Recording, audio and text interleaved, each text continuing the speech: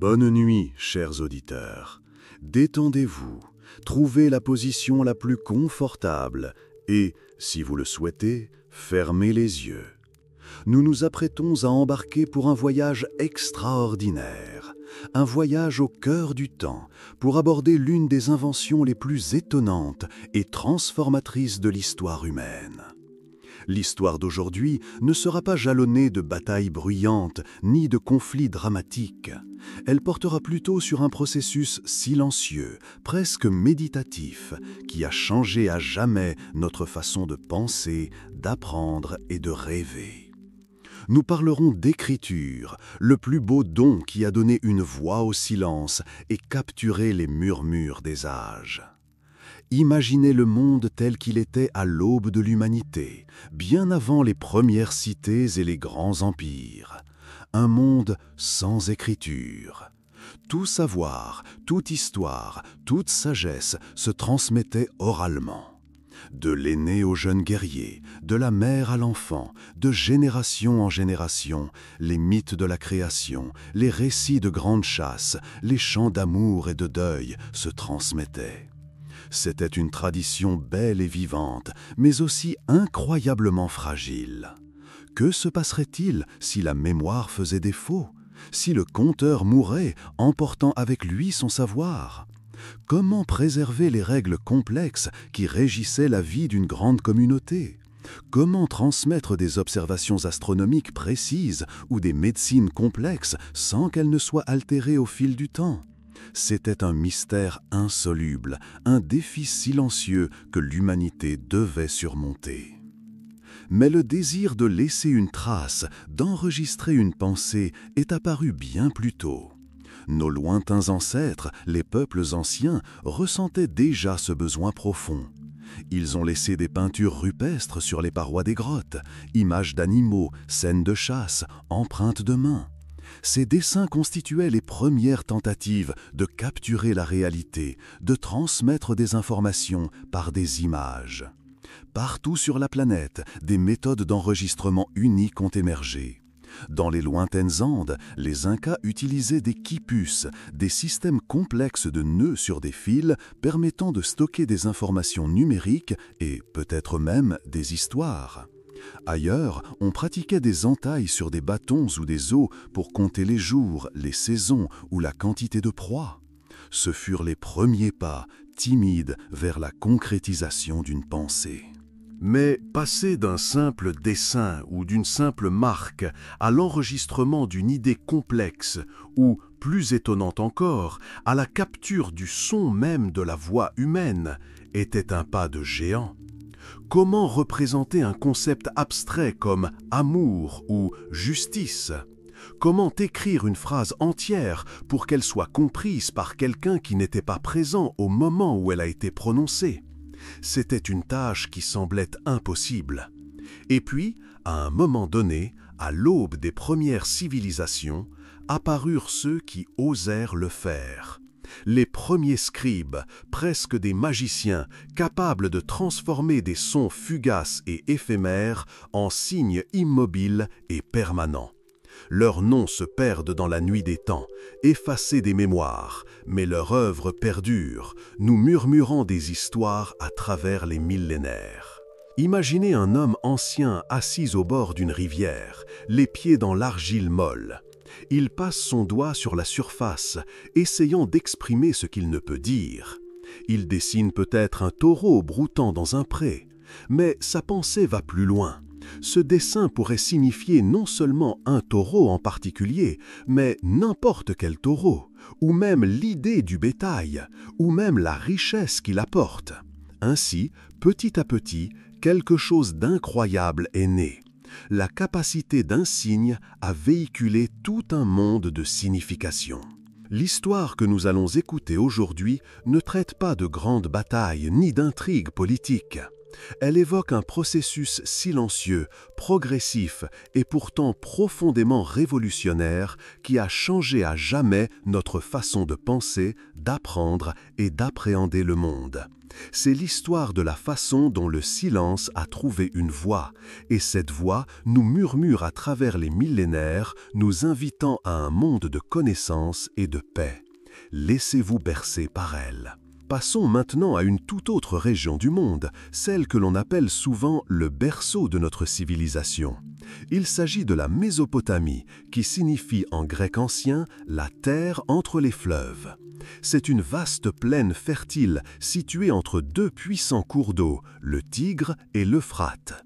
C'est ici, sur le territoire de l'Irak actuel, dans les vallées chaudes, où l'eau des fleuves irriguait les terres et où le soleil contribuait à la croissance de cultures abondantes, que sont nées certaines des premières et des plus influentes civilisations de l'histoire humaine. Imaginez la vie telle qu'elle était il y a environ 5000 ans sur ces terres. L'agriculture prospéra, les gens apprirent l'irrigation et construisirent des canaux pour exploiter au mieux l'eau des rivières.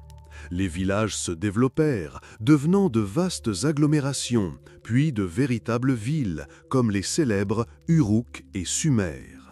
Des milliers, puis des dizaines de personnes cohabitèrent, travaillèrent et commercèrent. Les villages devinrent les centres d'une vie économique complexe. C'est cette croissance rapide des villes et du commerce qui a créé un besoin aigu, presque physique, de comptabilité. Imaginez un prêtre gérant un immense domaine de temple.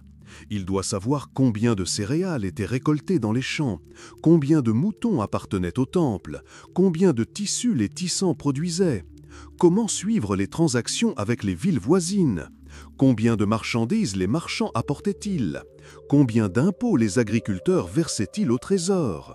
La mémoire orale, aussi fiable soit-elle, ne pouvait plus gérer une telle quantité d'informations. Des centaines, voire des milliers de transactions avaient lieu chaque jour et chacune d'elles devait être enregistrée. Au début, les gens ont essayé d'utiliser des méthodes simples. Les archéologues ont découvert des jetons, de petites figurines en argile de formes diverses. Les cônes pouvaient représenter des céréales, les disques des moutons. Ils étaient conservés dans des enveloppes en argile, des bulles, sur la surface desquelles étaient imprimés les jetons correspondants. Il s'agissait d'une sorte de prototype de reçu confirmant la présence de marchandises. Mais cette méthode s'est avérée trop complexe. Chaque transaction nécessitait des jetons et des bulles distincts, ce qui était extrêmement contraignant. Ainsi, la prise de conscience d'une nécessité économique aiguë devint le principal moteur du développement de l'écriture en Mésopotamie. Il ne s'agissait pas d'une quête philosophique, ni d'un désir d'exprimer des pensées poétiques profondes, même si cela viendrait plus tard. La tâche première était un désir simple mais vital, consigner qui doit quoi à qui. C'était un besoin pragmatique d'une société organisée qui poussait l'homme à créer quelque chose de totalement nouveau. C'est de ce besoin pratique, de tenir des registres précis et fiables, qu'est né quelque chose de bien plus grand. Les prémices d'un système qui permettrait non seulement de compter les moutons, mais aussi d'écrire des lois, de composer des épopées et de transmettre le savoir à travers les millénaires. Ce besoin, modeste à première vue, d'inventaire et de contrôle est devenu la graine même de l'une des plus grandes inventions de l'humanité. De ce besoin urgent de conservation des données dont nous avons parlé, une forme d'expression totalement nouvelle a lentement mais sûrement émergé, l'écriture. Au départ, il s'agissait de pictogrammes, de dessins symboles simples et épurés. Imaginez un ancien scribe sumérien dessinant une tête de taureau pour représenter un bœuf, ou un épi de maïs pour une céréale. C'était intuitif, chaque symbole représentait directement l'objet qu'il représentait. Cette méthode était suffisante pour représenter des objets spécifiques, mais elle avait ses limites. Comment dessiner l'amour ou la peur? Comment exprimer la rapidité ou la lenteur? Très vite, les pictogrammes ont évolué vers des signes idéographiques. Ce fut une étape importante. Un symbole commença à désigner non seulement l'objet lui-même, mais aussi les idées ou concepts qui lui étaient associés. Par exemple, le dessin d'une jambe pouvait signifier non seulement jambe, mais aussi aller, se tenir debout ou même apporter. Le même taureau pouvait désormais symboliser non seulement un animal, mais aussi le bétail en général, ou la richesse que ce bétail apportait. Le nombre de signes nécessaires à l'expression d'idées commença à diminuer, tandis que leur capacité à transmettre du sens augmentait. Mais dessiner des images détaillées pour chaque mot ou idée était trop lent et fastidieux, surtout lorsqu'il fallait aller vite. Les signes ont donc commencé à être simplifiés. Progressivement, les dessins ont perdu leur figuration pour adopter des formes plus abstraites et schématiques. Imaginez la main tenant le stylet ne dessinant plus la tête ronde d'un taureau, mais seulement quelques traits rapides la symbolisant. C'est alors, au cours de cette simplification, qu'une révolution se produisit. Les Sumériens utilisaient des tablettes d'argile pour écrire. L'argile était abondante le long du Tigre et de l'Euphrate, et elle était idéale pour l'écriture car elle restait molle suffisamment longtemps pour être travaillée, puis durcie, préservant ainsi l'écriture. Pour réaliser les signes, les scribes utilisaient de bâtons pointus appelés stylets, souvent en roseau. Ces stylets laissaient des empreintes distinctives en forme de coin dans l'argile tendre, d'où le nom cunéiforme, qui signifie coin. Imaginez le processus. Le scribe prenait un petit morceau d'argile humide, le façonnait en une tablette plate, puis rapidement et habilement, avant que l'argile ne durcisse, il y appliquait des symboles en appuyant le stylet en biais. Au fil du temps, pour plus de commodité, les Sumériens modifièrent le sens de l'écriture, et donc la rotation des signes de 90 degrés. Au début, ils écrivaient de haut en bas, puis de gauche à droite. Mais pour éviter de tacher les inscriptions fraîches lorsque le scribe passait la main sur la tablette, ils commencèrent à écrire de gauche à droite.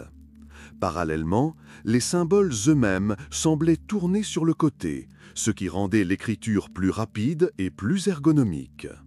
Ainsi, par nécessité pratique et grâce à une série de simplifications ingénieuses, la tablette d'argile devint la première véritable page et les traits en forme de coin devinrent les premières lettres capables d'exprimer non seulement des objets spécifiques, mais aussi des idées complexes et même des sons. Ce fut la naissance d'un système qui perdura des millénaires, laissant derrière lui d'innombrables trésors de savoir gravés sur des millions de tablettes d'argile. L'apparition de l'écriture cunéiforme fut une révolution, mais sa maîtrise fut difficile. Créer et maintenir un système aussi complexe nécessitait des personnes spécialement formées. C'est ainsi qu'apparurent les scribes, une caste particulière et hautement respectée dans la société sumérienne. Leur rôle était immense. Ils n'étaient pas seulement des enregistreurs, mais aussi des gardiens du savoir, des intermédiaires entre le monde des traditions orales et celui de l'information écrite. La vie d'un scribe commençait dès son plus jeune âge dans des écoles spécialisées appelées Edouba, ou maison des tablettes. Imaginez une école où, au lieu de papier et de stylos, il y aurait de l'argile et des stylets. Les élèves étaient généralement des garçons issus de familles riches et influentes, car la formation était longue, éprouvante et exigeante. Ils passaient de nombreuses années dans ces écoles, parfois du petit matin jusqu'à tard le soir, à maîtriser l'art complexe de l'écriture. Le processus d'apprentissage était incroyablement strict et discipliné. Les élèves commençaient par apprendre les signes de base, les répétant inlassablement sur des tablettes d'argile. Imaginez la monotonie de ce processus. Des centaines, voire des milliers de symboles en forme de coin, chacun pouvant avoir plusieurs significations selon le contexte.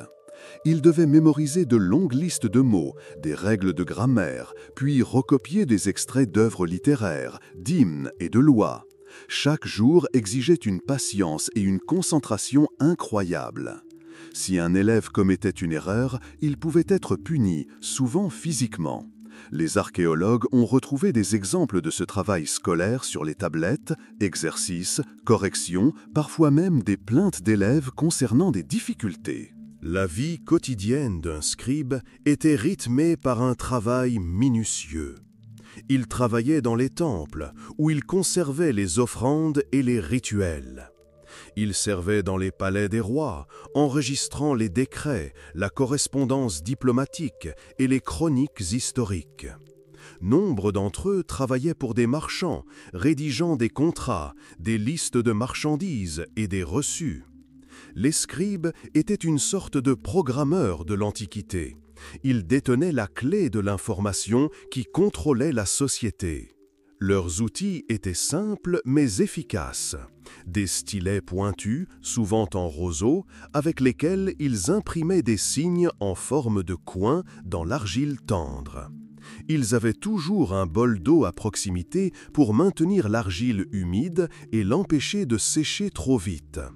Un scribe habile pouvait achever une petite tablette en quelques minutes seulement. Mais des dizaines, voire des centaines, étaient nécessaires pour créer de grands documents ou des œuvres littéraires. Psychologiquement, le travail d'un scribe exigeait non seulement de la persévérance, mais aussi une précision et une rigueur particulières. La moindre erreur pouvait entraîner la déformation d'informations importantes, qu'il s'agisse d'un rapport financier ou d'un décret royal. C'est grâce à leur travail minutieux et à leur incroyable habileté que des millions de tablettes d'argile relatant la vie et les pensées des Sumériens, des Babyloniens et des Assyriens ont survécu jusqu'à nos jours. Véritables gardiens du savoir, ils préservaient les murmures des civilisations anciennes pour leurs descendants. Grâce au travail remarquable des scribes et aux propriétés uniques des tablettes d'argile, un nombre considérable de textes cunéiformes nous sont parvenus. Ces documents anciens ne sont pas de simples découvertes archéologiques, ce sont de véritables fenêtres sur le passé, nous permettant d'entendre les murmures de civilisations disparues, de comprendre leurs pensées, leurs croyances et leur vie quotidienne. L'un des trésors les plus célèbres et les plus précieux qui nous soit parvenu grâce à l'écriture cunéiforme est l'épopée de Gilgamesh. C'est l'un des plus anciens poèmes littéraires de l'histoire de l'humanité, datant d'environ 2500 ans avant Jésus-Christ. Nous n'approfondirons pas son intrigue, l'histoire du légendaire roi d'Uruk, son amitié avec le sauvage Enkidu et sa quête de l'immortalité. L'essentiel ici est son enregistrement. Imaginez des métaphores poétiques complexes, de profondes réflexions philosophiques sur la vie et la mort, des descriptions détaillées d'aventures. Tout cela était consigné sur des dizaines de tablettes d'argile. Cela témoignait du fait que l'écriture avait atteint un tel niveau de développement qu'elle pouvait non seulement conserver des traces, mais aussi servir d'outil à la création de grandes œuvres littéraires capables de survivre des millénaires. Le Code d'Hammurabi est une autre réalisation monumentale, immortalisée en écriture cunéiforme. Ce célèbre code de loi fut gravé sur une immense stèle de basalte vers 1754 avant Jésus, sur ordre du roi babylonien Hammurabi. Il s'agissait d'une avancée révolutionnaire. Auparavant, les lois étaient souvent transmises oralement, selon la mémoire du souverain ou des prêtres.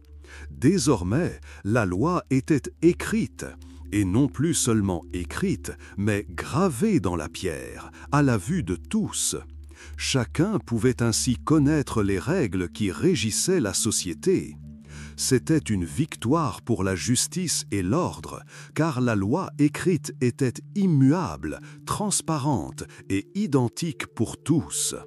La stèle d'Hammurabi n'est pas seulement un document juridique, mais aussi un puissant symbole du pouvoir de l'écriture comme garant de la stabilité, de la loi et de l'ordre. Outre les textes littéraires et juridiques, l'écriture cunéiforme était utilisée pour une vaste gamme de documents administratifs et économiques. Il s'agissait de milliers de tablettes d'argile contenant des listes de biens, des rapports fiscaux, des contrats de vente, des relevés de dettes et de crédits, ainsi que des inventaires. Ces textes, apparemment ennuyeux, sont d'une valeur inestimable pour les historiens, car ils permettent de reconstituer avec une précision étonnante la vie quotidienne, les relations économiques et la structure sociale des anciennes sociétés mésopotamiennes. Ils témoignent de l'organisation et de la complexité de leur civilisation. Bien sûr, il existait aussi de nombreux textes religieux, prières, hymnes aux dieux, descriptions de rituels et prédictions. Grâce à eux, nous connaissons le riche panthéon des dieux sumériens et babyloniens, leurs mythes et leur cosmogonie, idées sur la création du monde. Ces textes étaient essentiels au maintien de la vie spirituelle de la société. L'un des exemples les plus frappants de l'ampleur de la préservation du savoir est la bibliothèque d'Assurbanipal. Il s'agissait d'une vaste collection de tablettes d'argile rassemblées par le roi assyrien Assurbanipal au 7e siècle avant Jésus dans sa capitale, Ninive. Imaginez des dizaines de milliers de tablettes, classées par thème, contenant des copies de tous les textes connus, des lois et chroniques, aux œuvres littéraires et traités scientifiques. Ce fut l'une des premières et des plus grandes bibliothèques de l'histoire, témoignant d'un profond respect pour l'écrit et d'un engagement envers la préservation du savoir pour les générations futures. Ces grands textes, gravés ou imprimés sur des pages d'argile, sont les témoins silencieux de l'histoire. Ils nous murmurent des histoires de héros et de dieux, de lois et de justice, de soucis quotidiens et de grands rêves. Et chacun de ces murmures est un fil conducteur qui nous relie à un passé lointain. La puissance du cunéiforme, système d'écriture efficace et éprouvé, ne pouvait se limiter à la seule civilisation sumérienne. Il s'est rapidement répandu dans tout le Moyen-Orient, devenant la langue de communication internationale et de diplomatie. Les peuples vivant autour de Sumer et d'Akkad, comme les Babyloniens et les Assyriens, n'ont pas inventé leur propre système d'écriture de toutes pièces. Ils ont plutôt adapté le cunéiforme à leur langue, modifiant la signification de certains signes et en ajoutant de nouveaux pour les adapter à leur phonétique et à leur grammaire. Imaginez une vaste région où de nombreux royaumes et cités interagissaient. Commerce, alliances, guerre. Un échange d'informations aussi complexe nécessitait une langue commune. Et cette langue, ce système d'écriture universelle, était le cunéiforme. Un parfait exemple de cet usage est celui des lettres d'Amarna, une immense archive de tablettes d'argile retrouvées en Égypte contenant la correspondance diplomatique entre les pharaons et les souverains du Proche-Orient au XIVe siècle avant Jésus. La plupart de ces lettres étaient écrites en akkadien, utilisant l'écriture cunéiforme, soulignant son rôle de lingua franca, la langue de communication commune de l'époque. L'écriture cunéiforme n'était pas seulement utilisée en politique et en commerce. Elle a servi de base au développement des connaissances scientifiques, astronomie, mathématiques, médecine. Les astronomes babyloniens conservaient des enregistrements détaillés des mouvements des corps célestes, prédisaient les éclipses et élaboraient des calendriers complexes. Tout cela était consigné en signes cunéiformes. Les mathématiciens l'utilisaient pour consigner des calculs complexes et résoudre des problèmes algébriques. Cette universalité a fait de l'écriture cunéiforme un pilier de la civilisation du Moyen-Orient pendant près de 3000 ans. Cependant, malgré sa longue et glorieuse histoire, l'écriture cunéiforme, comme tout système, présentait des inconvénients. Elle était lourde et difficile à apprendre. Il fallait des années de travail acharné pour maîtriser les milliers de signes et leurs diverses significations. De ce fait, l'alphabétisation était réservée à une petite partie privilégiée de la population, les scribes et les prêtres. Avec l'avènement de méthodes d'écriture plus simples et plus efficaces, comme les systèmes alphabétiques, l'écriture cunéiforme a progressivement perdu du terrain. Elle a été lentement mais sûrement supplantée par de nouveaux systèmes plus pratiques, maîtrisables par un plus grand nombre. Au début de notre ère, l'écriture cunéiforme avait presque totalement disparu, ses secrets étant oubliés. Pendant des siècles, personne ne parvint à déchiffrer les signes mystérieux inscrits sur les tablettes d'argile découvertes par les archéologues dans les ruines des cités antiques. C'était l'un des plus grands mystères intellectuels. Heureusement, le déchiffrement de l'écriture cunéiforme a débuté au XIXe siècle. Un officier et érudit britannique du nom de Henry Rawlinson a risqué sa vie pour copier les inscriptions du rocher de Behistun en Perse, une immense inscription contenant le même texte en 3 langues cunéiformes différentes, vieux perse, élamite et akkadien.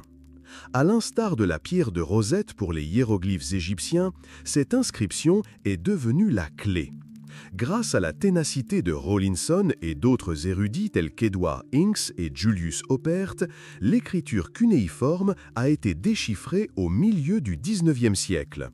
Ce fut un exploit intellectuel incroyable qui a ouvert une vaste strate de connaissances sur les anciennes civilisations de Mésopotamie. Aujourd'hui, grâce à cela, nous pouvons lire des millions de tablettes d'argile conservées dans les musées du monde entier. Elles constituent l'inestimable héritage de l'écriture cunéiforme, nous permettant d'entendre la voix des anciens Sumériens, Babyloniens et Assyriens, de comprendre leurs lois, leurs mythes et leur vie quotidienne. Ce murmure, gravé dans l'argile, continue de nous parler à travers les millénaires, nous rappelant la grandeur de l'un des premiers systèmes d'écriture. Alors que l'écriture cunéiforme se développait en Mésopotamie, entre 2 grands fleuves, dans une région du monde totalement différente, le long des rives du Nil, un autre système d'écriture étonnant et profondément original se formait. Il s'agit des hiéroglyphes de l'Égypte ancienne. Le mot hiéroglyphe lui-même nous vient du grec ancien et signifie « lettre sacrée gravée ». Ce nom reflète parfaitement leur essence. Pour les Égyptiens, ces signes n'étaient pas de simples symboles de transmission d'informations. Ils étaient considérés comme des paroles divines, dépositaires de pouvoirs magiques et incarnant l'ordre de l'univers. Imaginez les murs monumentaux des temples et des tombeaux, les obélisques majestueux et les statues couverts d'images étranges, presque vivantes. Vous y découvrirez des figures stylisées de personnes, de dieux, d'animaux, faucons, hiboux, serpents, lions, ainsi que des symboles végétaux, des outils et des formes abstraites. Chacun de ces signes n'était pas seulement un élément textuel, mais aussi une œuvre d'art, exécutée avec une précision et un sens des proportions incroyables. Leur beauté esthétique et leur complexité émerveillent encore aujourd'hui l'imagination. Le but principal des hiéroglyphes, ils étaient destinés à la perpétuation et à la préservation. Ils furent créés non pas pour consigner la vie quotidienne, mais pour l'éternité. Gravés dans la pierre, ils garantissaient l'immortalité des pharaons, afin que leurs noms et leurs actes perdurent à jamais. Les hiéroglyphes ornaient les murs des tombeaux, racontant la vie des morts et leur voyage vers l'au-delà, et étaient censés les protéger pour l'éternité. Ils couvraient les temples, enregistrant des hymnes aux dieux, des descriptions de rituels religieux complexes et d'importantes prophéties. C'était une écriture étroitement liée à la religion, au culte et au savoir sacré. La particularité des hiéroglyphes résidait dans leur combinaison d'éléments.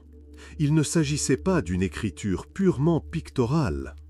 Dans une même inscription et parfois dans un même mot, 3 types de signes pouvaient être combinés. Pictographiques, ou des signes idéographiques, ceux qui représentaient un objet ou une idée. Par exemple, un dessin d'un soleil pourrait signifier soleil ou jour. Phonétiques, signes, ceux qui dénotent un ou plusieurs sons. Par exemple, le dessin d'une bouche pourrait signifier le son « re ». Déterminants, Signe imprononçable ajouté à la fin d'un mot pour clarifier son sens ou sa catégorie. Par exemple, un déterminant en forme de bonhomme pouvait indiquer que le mot précédent faisait référence à une personne ou à ses actions. Cela permettait d'éviter toute ambiguïté, car de nombreux mots avaient la même orthographe mais des significations différentes. Le sens d'écriture des hiéroglyphes ajoutait également à leur mystère. Ils pouvaient être écrits de droite à gauche à droite ou de haut en bas. Pour comprendre dans quel sens lire, il fallait prêter attention à l'orientation des personnages ou des animaux. Ils regardaient toujours au début de la ligne. Par exemple, si tous les oiseaux du texte regardent vers la droite, cela signifiait qu'il fallait lire de droite à gauche. Cela ajoutait du dynamisme à l'écriture et contribuait à sa composition artistique. De plus, le symbolisme des couleurs et des formes était important dans les hiéroglyphes. Certaines couleurs étaient utilisées pour représenter des objets ou des concepts spécifiques, et la représentation détaillée de chaque figure comportait des niveaux de signification supplémentaires, renforçant l'impact esthétique et sémantique de l'inscription. Les hiéroglyphes égyptiens formaient un système complexe à plusieurs niveaux, servant non seulement à consigner, mais aussi à exprimer des idées culturelles et religieuses profondes. Ils faisaient partie intégrante du paysage de l'Égypte antique, murmurant des messages depuis les murs des temples et des tombeaux, préservant les secrets d'une civilisation aspirant à l'éternité. Leur beauté et leur mystère attirent encore aujourd'hui chercheurs et voyageurs du monde entier. Malgré toute leur grandeur et leur signification sacrée, les hiéroglyphes dont nous venons de parler étaient extrêmement peu pratiques pour un usage quotidien. Imaginez le temps et l'habileté nécessaires pour graver chaque symbole complexe dans la pierre ou le dessiner avec soin. À des fins administratives, pour tenir des registres rapides, écrire des lettres ou des œuvres littéraires, un tel système était trop lent et fastidieux. Les Égyptiens, peuple pragmatique, ont compris ce problème et ont développé des formes d'écriture cursive plus pratiques. La première simplification de ce type fut l'écriture hiératique. Le mot hiératique vient également du grec et signifie écriture sacerdotale, ce qui témoigne de son usage répandu parmi les prêtres et les scribes. En substance, l'écriture hiératique était une version plus rapide, plus simple et plus stylisée des hiéroglyphes classiques. On peut la comparer à une version manuscrite d'une police imprimée. Au lieu de dessiner soigneusement chaque oiseau ou figure humaine, le scribe effectuait quelques traits rapides et continus qui ne ressemblaient que vaguement au hiéroglyphe original. Cette forme d'écriture permettait une augmentation significative de la vitesse d'écriture, essentielle pour les longs documents. L'écriture hiératique était principalement utilisée sur les rouleaux de papyrus et les ostracas, des tessons d'argile ou des fragments de calcaire bon marché et facilement disponibles. Ces ostracas ressemblaient aux brouillons ou aux carnets des anciens Égyptiens. Ils servaient à rédiger des listes de courses, des devoirs et de courtes notes. L'écriture hiératique était également largement utilisée pour les textes religieux, les œuvres littéraires et les traités scientifiques. Plus tard encore, vers le 7e siècle avant Jésus-Christ, une écriture encore plus simple et plus rapide, le démotique ou écriture populaire, apparut. Le démotique était si abrégé et cursif que ses signes avaient presque totalement perdu toute ressemblance avec les hiéroglyphes originaux. C'était une écriture populaire accessible à la plupart des lettrés. Elle devint la norme pour les documents courants tels que les contrats de mariage, les documents administratifs et les lettres personnelles. Son utilisation à ces fins était répandue, ce qui en fit la forme d'écriture la plus courante en Égypte tardive. La comparaison de ces trois systèmes, hiéroglyphique, hiératique et démotique, illustre clairement l'évolution de l'écriture égyptienne, de la monumentalité à la praticité. Les hiéroglyphes étaient réservés aux textes majestueux et sacrés gravés sur pierre. Le hiératique servait à des écrits plus formels, mais non gravés sur pierre, tandis que le démotique devint l'écriture populaire pour une communication rapide et quotidienne. Ce système progressif permit à la civilisation égyptienne de satisfaire une grande variété de besoins d'enregistrement, des inscriptions éternelles aux notes fugaces. Malgré leurs différences externes, toutes ces formes d'écriture étaient étroitement liées et représentaient différents niveaux de stylisation d'un même système fondamental. Les scribes égyptiens, qu'ils gravaient des hiéroglyphes sur la pierre ou écrivaient rapidement en hiératique et en démotique, avaient besoin d'un matériau adapté. Et là, la nature leur offrit un don extraordinaire, le papyrus. Imaginez les vastes et denses fourrés de cette plante haute et élancée qui poussait en abondance sur les rives marécageuses et dans les bras morts du Grand Nil. Le papyrus ressemblait à un grand roseau, atteignant parfois jusqu'à 5 mètres de haut, avec une tige épaisse et triangulaire. À partir des tiges de cette plante, les Égyptiens ont appris à fabriquer un matériau que l'on peut sans risque considérer comme le plus ancien analogue de notre papier. La fabrication du papyrus était laborieuse, mais le résultat en valait la peine. Tout d'abord, les tiges de papyrus étaient récoltées et débarrassées de leur enveloppe. Ensuite, le cœur tendre était découpé en fines et longues bandes. Ces bandes étaient posées sur une surface plane, se chevauchant, formant la première couche. Une deuxième couche de bandes était placée par-dessus, perpendiculairement à la première. Ce filet à 2 couches était ensuite recouvert de tissu et placé sous une presse. L'humidité de la plante, qui s'échappait, collait les fibres entre elles sans ajout de colle. Après plusieurs jours de pressage, les feuilles étaient retirées et séchaient au soleil. L'étape finale consistait à polir la surface avec un coquillage ou une pierre lisse afin de la rendre aussi lisse que possible et propice à l'écriture. Les feuilles de papyrus ainsi obtenues étaient remarquablement légères et flexibles comparées aux tablettes d'argile volumineuses et lourdes de Mésopotamie. C'était un avantage considérable. Les scribes n'avaient plus besoin de transporter des kilos d'argile. Les rouleaux de papyrus pouvaient être facilement transportés, stockés en grande quantité et expédiés sur de longues distances. Bien que le papyrus fût assez fragile et sensible à l'humidité, il a survécu au climat sec de l'Égypte pendant des milliers d'années. Rouleau de papyrus, le papyrus. Le papyrus devint le principal vecteur d'information de l'Égypte antique. Les feuilles étaient collées ensemble, formant de longues bandes, puis enroulées en rouleaux. Certains de ces rouleaux pouvaient atteindre des longueurs énormes, jusqu'à 40 mètres, comme le célèbre papyrus Harris. C'est sur le papyrus qu'étaient consignés œuvres littéraires, traités médicaux, documents juridiques, rapports administratifs et, bien sûr, les célèbres livres des morts, des parchemins contenant des formules magiques et des instructions pour l'au-delà.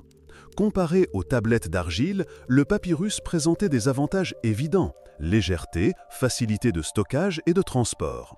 Cependant, il présentait aussi des inconvénients. Sa production était plus coûteuse et sa durabilité réduite en climat humide.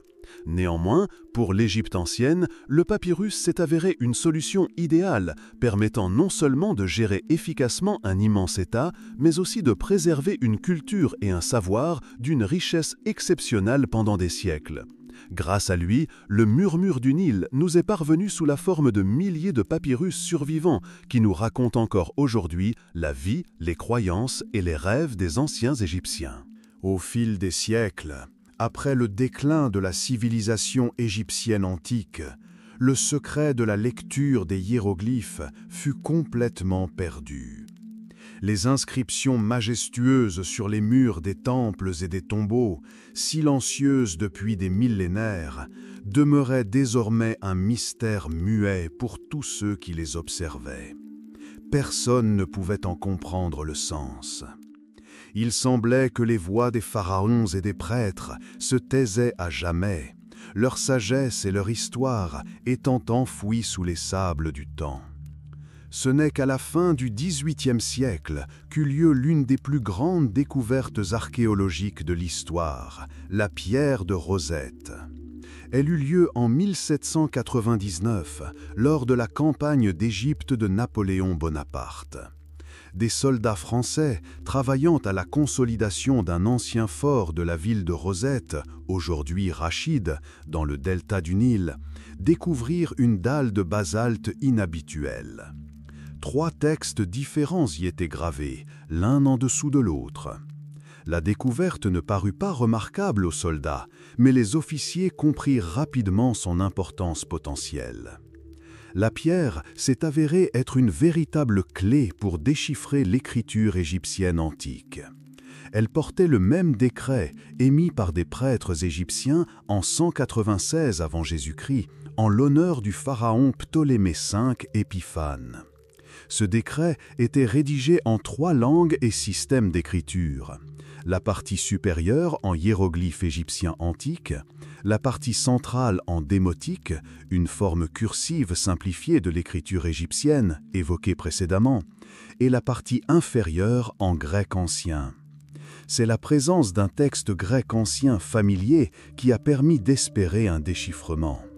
La tâche de déchiffrer les hiéroglyphes incomba à de nombreux scientifiques. Mais le héros de cette histoire fut un jeune linguiste français, Jean-François Champollion.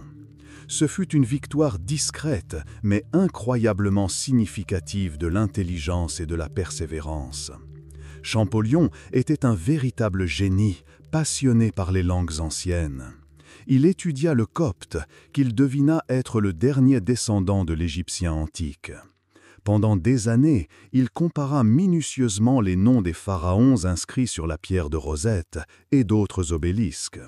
Il remarqua des cartouches, des cadres ovales à l'intérieur desquels étaient généralement inscrits les noms royaux. C'est grâce à ces cartouches, comparant des noms grecs comme Ptolémée ou Cléopâtre à leurs équivalents hiéroglyphiques, que Champollion comprit progressivement que les hiéroglyphes n'étaient pas de simples dessins-symboles. Il comprit qu'il s'agissait d'un système mixte, où certains signes représentaient des idées ou des objets, et d'autres des sons, comme dans un alphabet. Il put ainsi identifier les valeurs phonétiques de nombreux hiéroglyphes. En 1822, après des années de travail acharné, Champollion annonça sa découverte. Il était parvenu à lire les hiéroglyphes dans leur intégralité, ouvrant ainsi la voie à la civilisation de l'Égypte antique. Ce ne fut pas un triomphe militaire sur le champ de bataille, mais une victoire de la raison et de la persévérance qui nous permit, après des millénaires, d'entendre enfin le murmure du Nil. La pierre de Rosette et l'œuvre de Champollion transformèrent à jamais notre compréhension de l'histoire, révélant les vastes trésors de connaissances enfouis dans les textes anciens. Grâce à Jean-François Champollion et à la pierre de Rosette, les portes de l'Égypte antique se sont ouvertes. Et lorsque les érudits ont pu lire les hiéroglyphes, hiératiques et démotiques, ils ont découvert non seulement la grandeur des pharaons et de leurs pyramides, mais aussi une culture riche et multiforme, riche de pensées profondes, d'histoires quotidiennes et d'une sagesse ancestrale. Nous avons pu entendre le véritable murmure du Nil, transmis à travers les millénaires. Parmi les textes déchiffrés figuraient de nombreuses œuvres littéraires remarquables. Par exemple, le Dit de Sinoué est l'une des œuvres les plus célèbres de la littérature égyptienne. Il raconte l'histoire d'un courtisan qui, par un concours de circonstances, a fui l'Égypte et a vécu de nombreuses années à l'étranger, accomplissant des actes héroïques et s'enrichissant, mais aspirant toujours à son pays natal afin de pouvoir, dans ses vieux jours, y revenir et être enterré sur la terre sacrée égyptienne. Ce récit, écrit sur papyrus, explore les thèmes du mal du pays, du destin et de la prédestination. Parmi les autres œuvres célèbres, citons Le Naufragé, récit d'aventure sur un marin qui se retrouve sur une île en compagnie d'un serpent, et Les Enseignements de Ptahhotep, recueil d'instructions d'un sage vizir à son fils. Ces enseignements regorgent de conseils sur la vertu, la justice, la modération et la sagesse au quotidien. Ils nous offrent une occasion unique de pénétrer le monde intérieur des anciens Égyptiens, leurs idées sur la morale et l'éthique, ainsi que leur vision du bien et du mal. Les textes religieux revêtaient également une grande importance. Les textes des pyramides sont les plus anciennes inscriptions religieuses gravées dans les chambres funéraires des pharaons de l'Ancien Empire. Ils contiennent des formules magiques et des hymnes destinés à accompagner le défunt dans son voyage vers l'au-delà. Plus tard, les textes des sarcophages, puis le célèbre Livre des morts, des rouleaux de papyrus déposés dans les tombes et contenant un recueil de formules magiques, de prières et d'illustrations destinées à aider le défunt à surmonter les dangers de l'au-delà et à accéder à la vie éternelle. Ces textes révèlent la complexité des croyances égyptiennes, leur profonde compréhension du cycle de la vie et de la mort et leur désir d'immortalité. Outre la littérature et la religion, les papyrus égyptiens ont révélé leurs connaissances scientifiques. Des papyrus médicaux tels que les papyrus Ebers et Smith ont été découverts, contenant des descriptions détaillées de maladies, de traitements, d'interventions chirurgicales et de recettes pharmacologiques. Ces documents témoignent de l'incroyable niveau de connaissance médicale des anciens Égyptiens, ainsi que de leur compréhension de l'anatomie et de la physiologie. Des papyrus mathématiques tels que le papyrus Rhind témoignent de leur capacité à résoudre des problèmes de géométrie et d'algèbre, à calculer l'air des champs, le volume des silos à grains et même l'inclinaison des pyramides. Cependant, comme c'est souvent le cas dans l'histoire, même un système d'écriture aussi puissant et influent que les hiéroglyphes a fini par tomber dans l'oubli. Avec la propagation de nouvelles religions, d'abord le christianisme, puis l'islam, les croyances et cultes de l'Égypte antique ont progressivement cédé la place à d'autres. L'usage des hiéroglyphes, étroitement associés aux dieux et rituels antiques, a décliné. Dans la vie quotidienne, ils ont été remplacés par des formes plus simples, le démotique, puis la langue copte, qui utilisait l'alphabet grec avec l'ajout de quelques signes démotiques pour transmettre des sonorités égyptiennes spécifiques. Finalement, avec la conquête arabe, l'écriture arabe s'est imposée et les secrets des hiéroglyphes ont été oubliés pendant des siècles.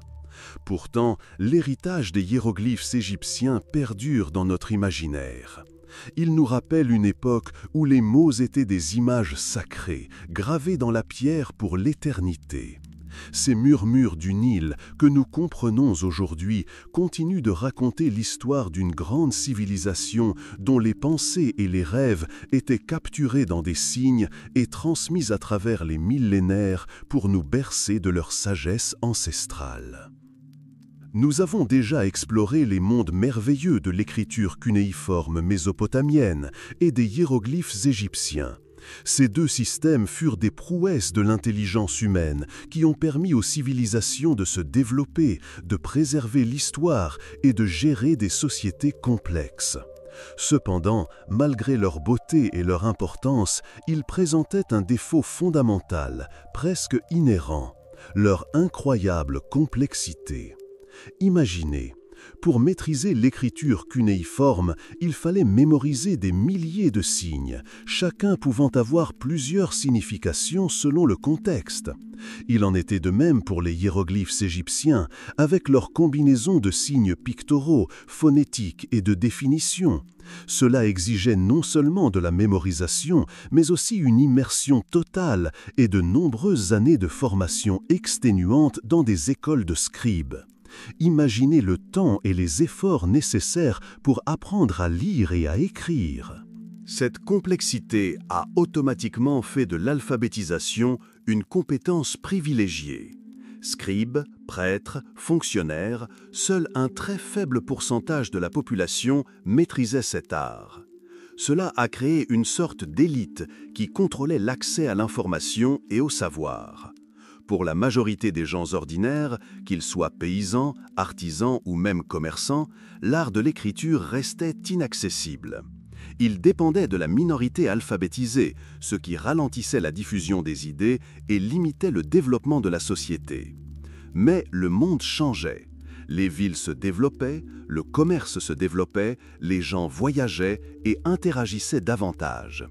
Il y avait un besoin pressant d'universalité, un moyen simple et compréhensible d'échanger des informations entre des peuples parlant des langues différentes. Comment pouvaient-ils suivre leurs transactions avec des partenaires étrangers? Comment pouvaient-ils envoyer des messages lisibles partout? Les systèmes d'écriture lourds et complexes, adaptés à une langue et à un contexte culturel spécifique, ne répondaient plus à ces exigences croissantes. Ainsi, vers le milieu du deuxième millénaire avant JC, la recherche d'une nouvelle approche commença. On commença à se demander et s'il était possible de créer un système beaucoup plus simple. Et si chaque signe représentait non pas un mot ou une syllabe entière, mais l'élément le plus fondamental et indivisible de la parole, le son. C'était une idée révolutionnaire qui commençait peu à peu à faire son chemin. Ainsi, à ce tournant historique, alors que les anciens systèmes d'écriture ne répondaient plus aux défis d'un monde en rapide évolution, ceux qui allaient inaugurer une nouvelle ère de l'écriture firent leur apparition. Il ne s'agissait pas de grands empires, mais d'un peuple réputé pour son sens des affaires et son amour de la mer, les Phéniciens. Leur besoin pratique de communication efficace devint le catalyseur de l'une des inventions les plus monumentales de l'histoire de l'humanité, la naissance de l'alphabet. Ils recherchaient la simplicité et leur quête aboutit à une avancée majeure. C'est dans ce contexte de besoin croissant de simplicité et d'universalité qu'une véritable avancée s'est produite vers le milieu du deuxième millénaire avant JC. Les Phéniciens, peuple établi sur la rive orientale de la Méditerranée, dans l'actuel Liban, sont entrés dans l'histoire. Ils n'ont pas bâti de vastes empires comme les Égyptiens ou les Mésopotamiens, ni construit de temples monumentaux. Leur véritable passion et vocation était le commerce et la navigation. Les navires phéniciens ont sillonné toute la Méditerranée, atteignant les confins les plus reculés, de Chypre à l'Espagne, transportant des marchandises précieuses, bois de cèdre, teinture pourpre, verre. C'est précisément ce mode de vie dynamique qui exigeait un échange constant et rapide d'informations. Imaginez, il fallait enregistrer des transactions, envoyer des messages sur les prix des marchandises, correspondre avec des partenaires dans des ports lointains. Pour cela, les systèmes d'écriture lourds et complexes comme le cunéiforme ou les hiéroglyphes étaient totalement inadaptés, trop lents et exigeants en main-d'œuvre pour le monde trépidant du commerce. C'est ainsi que les Phéniciens, en interaction avec différentes cultures et leurs systèmes d'écriture, notamment les hiéroglyphes égyptiens et les inscriptions proto-sinaïtiques découvertes au Sinaï, se sont lancés dans des expériences. Ils cherchaient une façon d'écrire les mots aussi simple et efficace que possible. Et à un moment donné, ils firent une découverte brillante qui allait changer à jamais le cours de l'écriture. Et si chaque signe représentait non pas un mot entier, ni une syllabe, mais un simple son de base du langage humain? C'est ainsi qu'est née l'idée d'un alphabet basé sur le principe phonétique. Les Phéniciens ont abandonné des milliers de symboles complexes. Ils ont créé un système composé de seulement 22 signes. Chacun de ces signes représentait une consonne. Par exemple, le symbole ressemblant à une tête de taureau, qui deviendra plus tard la lettre A dans notre alphabet, ne représentait pas à l'origine un taureau, mais le son aleph, un son guttural. Une simplification incroyable. Imaginez comme il était plus facile et plus rapide d'apprendre seulement 22 signes au lieu de centaines, voire de milliers. Signification de l'alphabet phénicien. On ne saurait surestimer son importance. Ce fut une véritable avancée, car elle rendit l'écriture accessible à tous, et non plus seulement à un cercle restreint de scribes. Désormais, il n'était plus nécessaire de passer des années à se former. N'importe quel marchand, marin, artisan pouvait apprendre à lire et à écrire relativement rapidement, ce qui transforma radicalement leur quotidien et leurs activités. Ce fut une véritable démocratisation du savoir et de l'information. Le commerce devint plus efficace, la gestion plus transparente, et l'information fut diffusée et assimilée plus rapidement. Grâce aux navigateurs phéniciens et à leurs vastes réseaux commerciaux, ce système d'écriture simple mais ingénieux s'est répandu à travers la Méditerranée. Il a voyagé avec les marchandises, les idées et les hommes, atteignant de nouveaux rivages et de nouvelles civilisations. Et bien que les Phéniciens eux-mêmes n'utilisaient pas de voyelles dans leur alphabet, ce qui était typique des langues sémitiques, leur invention a été l'étincelle qui a allumé la flamme de systèmes alphabétiques ultérieurs encore plus sophistiqués. Ce fut une avancée discrète, mais incroyablement puissante dans le développement de l'esprit humain, qui a permis aux mots de voyager non seulement à travers le temps, mais aussi sur de vastes distances, reliant les peuples et les cultures.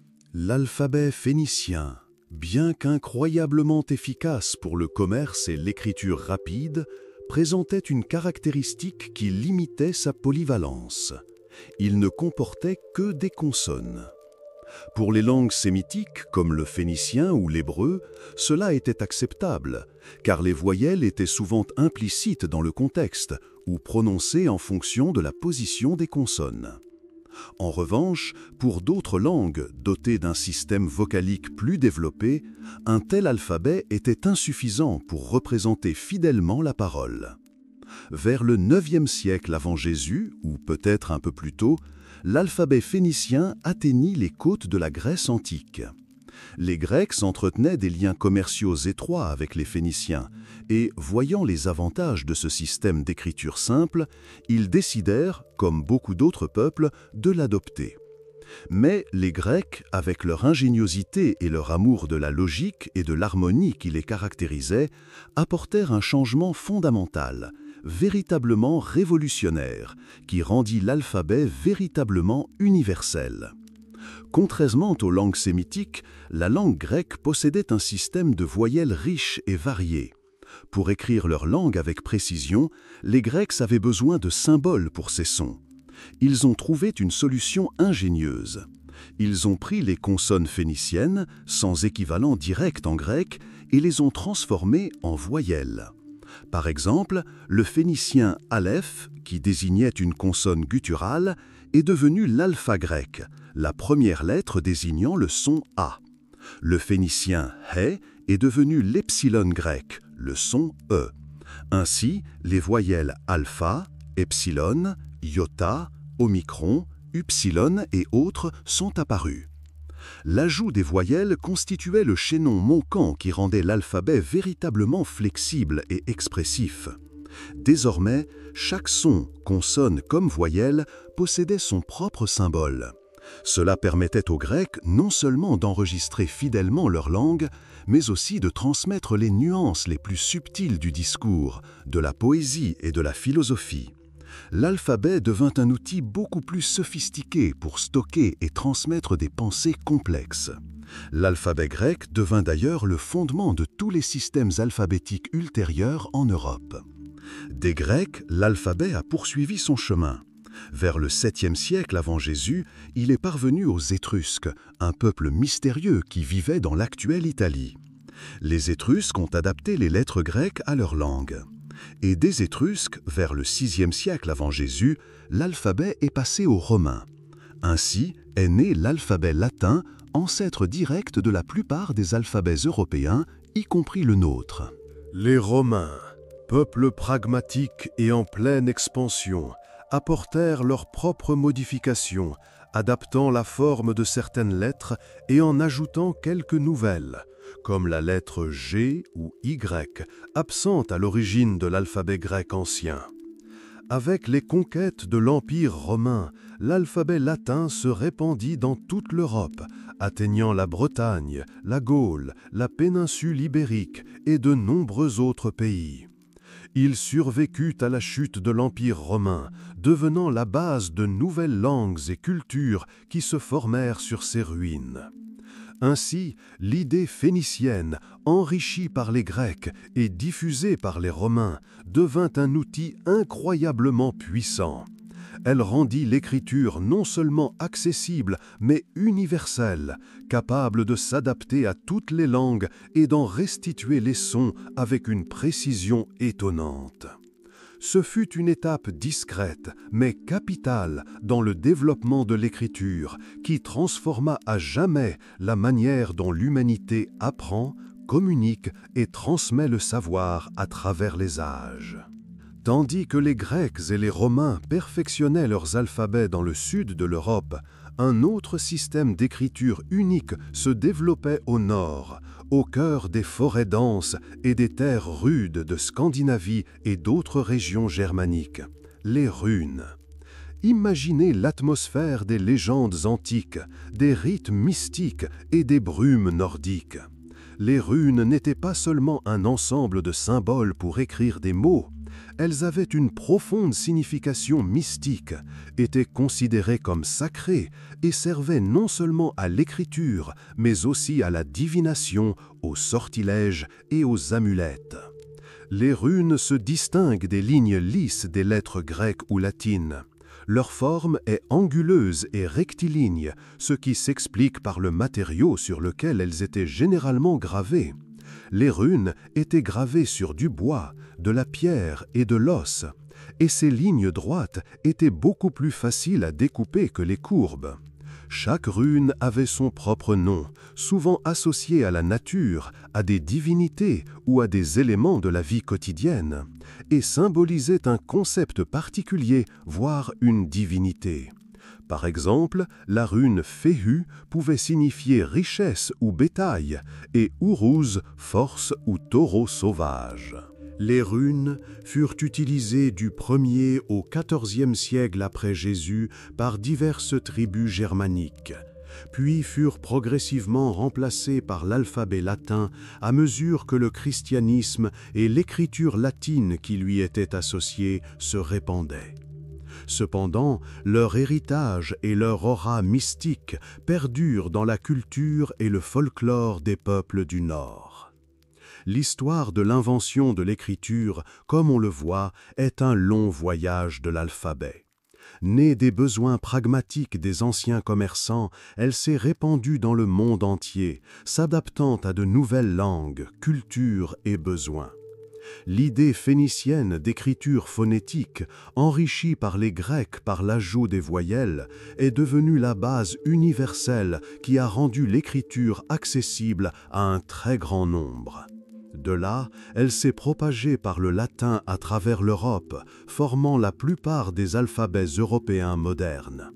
Parallèlement, d'autres régions du monde ont développé leurs propres systèmes, tels que les hiéroglyphes chinois ou les systèmes hybrides japonais, chacun reflétant une profonde spécificité culturelle. Ce n'était pas seulement une invention technique, c'était un bond de géant dans l'évolution de la conscience humaine. L'écriture nous a permis non seulement de nous souvenir, mais aussi d'analyser, de développer des idées complexes, de créer des systèmes juridiques, de mener des recherches scientifiques et, bien sûr, de créer de grandes œuvres d'art et de littérature. Elle a permis aux mots, aux pensées et au savoir de voyager à travers le temps et l'espace, sans être entravés par la fragilité de la mémoire humaine. Finalement, c'est l'invention de l'écriture qui a transformé ce murmure ancien, initialement à peine audible dans l'argile de Mésopotamie ou sur les papyrus du Nil, en un puissant écho d'éternité.